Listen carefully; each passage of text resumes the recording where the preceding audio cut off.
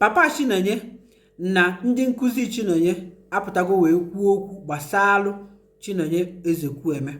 Ọ bụrụ na n'iru akwụkwọ kemgbe abalị abụọ ị ga-anụgo nya bụ ife ka ọ na-afịagharị. Ewetara m update a n'iru akwụkwọ mana ewetara m ya n'iru akwụkwọ m nke ọzọ ebe a na-akọwa na nwa agbọghọ na-afụ kịta bụ Chinenye Ezekwueme gbara arọ 18 bụ onye ụga. Papa ya nọ Lagos. Ọ sị na mama ya bụ onye Edo na ọ mara onye bụ mama ya na papa ya na ọ mụkwuru dafa mama ya nọ naanị nọ onye Edo ka ọ bụ. Ka papa ya nụziri nwaanyị nke abụọ amara m ọ dị ka ikekwa ọ dabara ọrụfa na abụ ewe kpọrọ Chinenye akpọjie Jos kpọjie ebe nwa na-akpọ kasịgharị ya nya papa ya na-akpọnye ụmụnne ndị nwaanyị ka azụ ewetago. O wee bụ na akpọgidoziri ọ dịkasị na nwanne papa ya nke nwaanyị naanị ya nọ na Jos mechaa nwụọ ewetago. Wee kpọtazierie nke nọ Ọba naanị ya birizie. Wepụta nwanne ụnya wee fụ ife onyonyo na-aga viral ebe a sị na Chinenye bụ akpa na-achụpụrụ ya n'ime anyasị ewetago. Afọ nya bụ ife onyonyo nke bụ eziokwu bụ ọ bụ na ifuru ife onyonyo m mere ụbọchị izi nsị na ya bụ anyịkọ na m ekwetachara na o doro m anya nsị ha na m ekwetachara ya bụ anyịkọ maka na nke mbụ bụ na nwaanyị dị arọ 18 nọ mgbe aka isi ka ụmụaka ji aka njọ n'ọzọ dịka ibi ebune kwesịrị ka agba ajụjụ ọnụ ọfụma ka anyị wee ghọta ife na-ekwu kedu ebe papa ya na ịmagodo maka na okwu na na mpi ya ada akpa na ekwentị na ọ jiri akara ekwentị papa ya nka na ọ kwụkwụrụ ọtụtụ ụgwọ ọ kwesịrị ịkwụ n'ụlọ akwụkwọ nke aga oluechi ozugbo anyị fụkwazi ife onyonyo ọzọ ebe Chinenye ahụ na-ebukọsị akpa ya na-apụ anụ onu na-asị ya na ya malụkwa ma na onwere onye chụrụ ya na ọnya nwa jikwa aka ya apụ nke ọzọ ụfọdụ na-asị na ọkwa ekwuru ekwu na ọnya nwa ji aka ya wee gbapụ dosa arụ na-achụpụrụ ya na nderi. Emechara onye fụrụ ya n'ime anyasị ahụ na-agbazi ajụjụ ọnụ wee mekwa ife onyonyo gosie ife onyonyo ahụ na-efegharị nnọọ ji aka ya wee pụ ọsị na-asị na nwanne papa ya si ya pụọrọ ya n'ụlọ ya maka na o nwere nsogbu o nwere onye nwanne ọ sị na o jekwuru ka ọ kwụọrịa ụgwọ mama ọya nwaanyị n'ụlọ akwụkwọ. Nwanne papa ya wee si esi n'ụlọ ya pụọ nọọ mgbe aka ọ na-ebuzi ngwongwo ya apụ na ọ mara dịtafa na-esi ife onyonyo maka na iwe na-ewe ewetago na nọafọ nwasị ya pụ wee jeburu akpịa wee pụọ. Ka ya bụ ife emechakwa ewetakwa ife onyonyo ọzọzi nke nnenere ụnya ebe Chinenye ahụ pụtazi wee gosizie apa n'aka ya na-apịa ụtarị na nwanne papa ya na-apịa ezigbote ụtarị na nwanne papa ya na-ada akwụrị ụgwọ akwụkwọ ebe a ka ọ nọkwa wee na mgbe ikpeazụ na papa ya kwuru ọfụ papa ya wee ebe izuụka na-abụ gara aga bụ papa ya bịara akwamozu ka ọgịnị ka nke a gachaziri nke mgbe mfu nke a ka m bidozi wee sịba na nwekwara ike ọ bụ na ife ya bụ nwatakịrị na-ekwu eziokwu ka esi pịachazie ya ụtarị ọ pụta ya nwa jikwa aka ya wee nye onwe ya pa nke ọzọ. Ọwarụzie n'ikpeazụ a wee fụzie na Bro Chigbo enwetago akara ekwentị papa Chinenye maka na ndị mmadụ na-asị na papa Chinenye ahụ ji ego dịka ha si akọ na onwelu ụlọ ebe a na-eme nlahụ na Lagos n'ebe a na-akpọ Okoko Maiko ha kpọkwuru afa ụlọ oriri na ọṅụṅụ allegedly maka amamụ na eziokwu na ihe na-afụ ndị mmadụ na-ede ihe na-ajụzi kịta kedu ka nwoke arụnwa ga-esi wee nwee ego kpọrọ nwa ya kpọnalụ nwanne nwaanyị ahụ ada akwụrụ ụgwọ ihe a na-emegasị n'ụlọ akwụkwọ.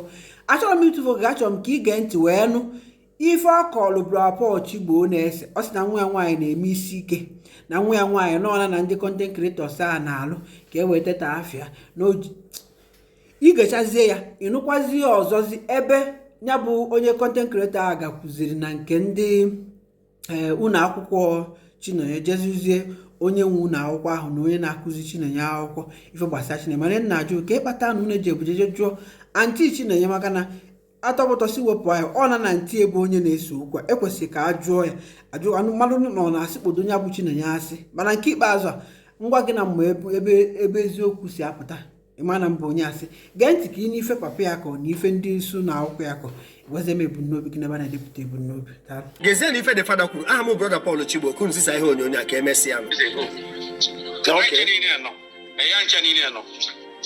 problem honey. Yes sir.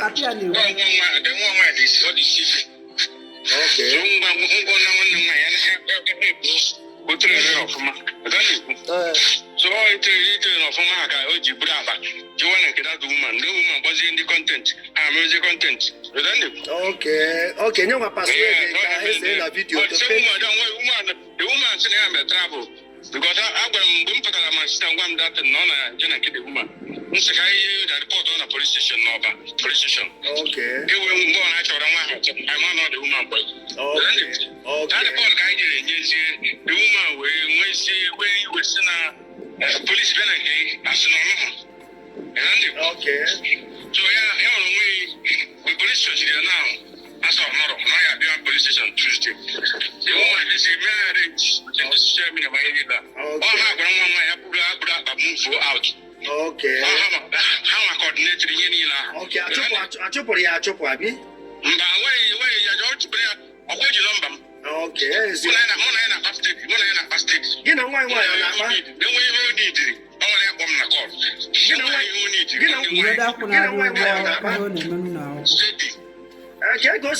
Can't go to deny saying no. Okay.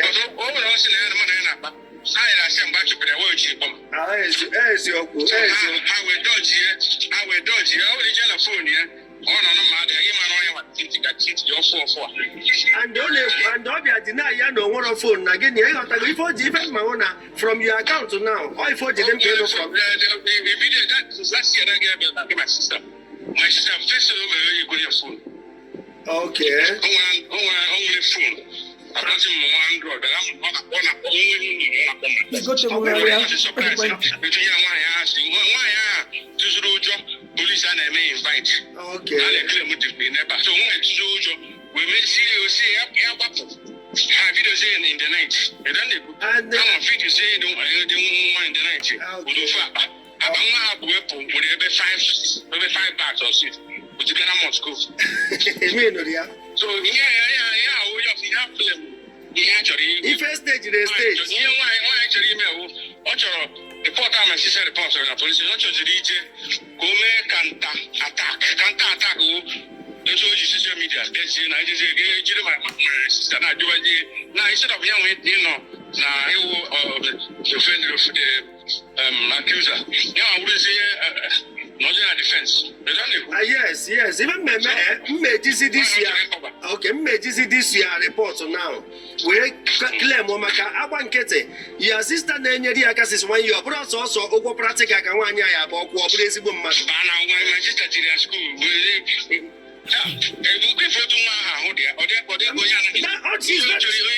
That's the point. She looks very fresh, you know. I got to go so. So when I was yesterday. My sister as far as I am her situation there, I can go through for giving me order.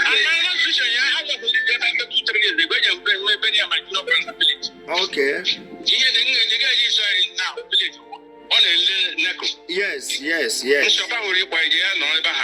No problem. So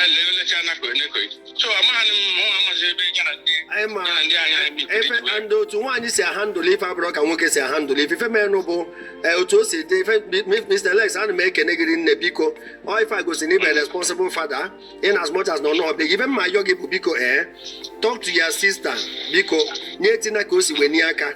Ada to for mother to for when I got if also on your didn't even after this incident can because so permit my way fee could get on a public because Dalu Nessa, Dalu so much for your time. Gano ntukunu nuzie ife onye isi ụlọ akwụkwọ ebe Chinenye na-agụ akwụkwọ na onye nkuzi ekwu. Good afternoon. Yeah. The proprietor of Richland Schools. Okay. She's a student. She's also a student in my school. Okay. Okay, and you, Uncle? I am Mrs. Wangwamarachi. I am the vice principal of the school and the work coordinator of Richland Schools, Oba. Okay, so you know Chinenye very well. Yes. Both of you know her very well. Yes. So what's your experience with her? She's my student because I am in charge of SS3. Okay. So I know her too well. Okay. So what can you tell us about her? Especially your relationship with her and the school activities, both financially and otherwise. Can you tell us? All right. So one, she's a good girl. Okay. And she's very, very intelligent. Okay. So that's all I know about Chinenye. What about finances? Is she financially up to date? During she registered at WAEC and NECO, actually. But then again, she has not paid for term fees. Okay. Because food and nutrition exam was the first thing we did. Okay. That was the planning. And before then, she was supposed to have her exams number. Okay. But due to the payment she has not made, so we were unable to give her reg numbers and the rest of them. Okay. So when the supervisor came for the exam, she was already crying, and there is nothing I can do. So I had to call the proprietor of the school to inform her of the situation. Okay. And she gave me orders to then let the exam numbers out to her, let her write before we can be able to then ask of the money. And that was how she was able to start her WAEC in the first place. Okay. So which means it was like what did I put it? You allowed her to take the exam. Yes, because she has told me several times that her auntie told her that she cannot pay that fees. That since she has paid for her WAEC and NECO, there is no way she can pay her term fees. Because in our school, we don't usually collect. Some schools like pay first, second term, and WAEC together. Okay. But because we normally consider our parents, things are really hard. So we don't want to jump pack things for them. We do it termly. After your WAEC and NECO, that's if you want to take NECO, then you pay your fees termly. So that's how we do it. So she's owing 10 fees. What again is she owing? And some practical money, like food and nutrition practicals. There was a time we wanted to do the practical, but the supervisor called that she will not be available the next day for the thing. So she had to cancel that planning for that very day. So by then, Chinenye has already gotten her materials, half of the materials, because according to the planning, she is to make fried rice for a leguminous person, then snacks, which is popcorn, and the second one, make a juice. So with this, to provide this will cost money. Then I told her before now. And then when she told her auntie, she didn't give me any response. So prior to the date, a day to the practical issues, she now told me that she don't have money here, but she will see what she can do. So coming on Monday, she now told me that she bought some things and she showed me. So when I asked her, she now told me that Reverend Father gave her. Okay, the priest gave her money for that. Yes, because our school is very close to a church, and they normally go there for their prayers. Okay. So she now told me that she explained to the priest, and she gave her 6,500 that she went to the market to buy. When she didn't buy everything, we have to provide some of the thing. And that very day, the thing was cancelled. We didn't take it again. So I had to take the perishable part of it. And she went on with the rest of the materials. Yeah. So what happened next time? Okay, when we finally fixed the exam from the supervisor, when she now called, I alerted her, she couldn't do anything. So we provided half of it, although some of the classmates helped out on that very day. So she has been living on people's mercy, on management mercy, that's what it means. I think the guardian paid the major fees, like WAEC and NECO, she did that part, but other expenses from it, like food and nutrition is an expensive practical to carry on. If a student, you should know better. There are things you do. You provide your materials yourself. So that one, the guardian never did that part. So, and you allowed her to be doing all this for her own sake? Yes, according to the way we run our school, we usually send a student out because of late payments. We give warning, and we have given her a notice to pay up, which we've given to her. I'm very sure we gave her that debtors list. She's with it. And she has not complied? No, she has not paid. As the case may be now, the good news is that somebody has given me 100,000 to clear all the debts that she's owing. So from now, people will calculate and give me, and I will clear the debts. So thank you very much. I just wanted to get insight to know how she has been doing in school and other things. Because of some things she said, people are casting doubt about it. So as soon as I can see it, these are the owners of the school. You have heard from them. So that is it. So for some of you who are doubting what she's saying, so you have heard from them. So I'm doing all these things just to put the record straight.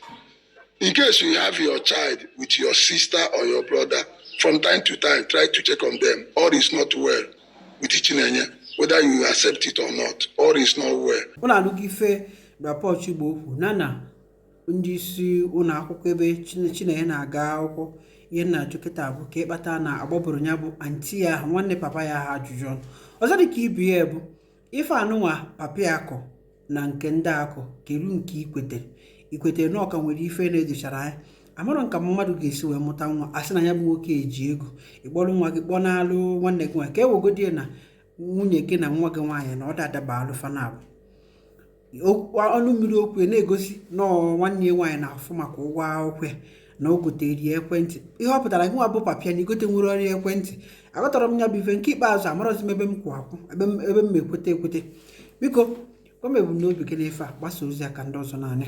Daalụ.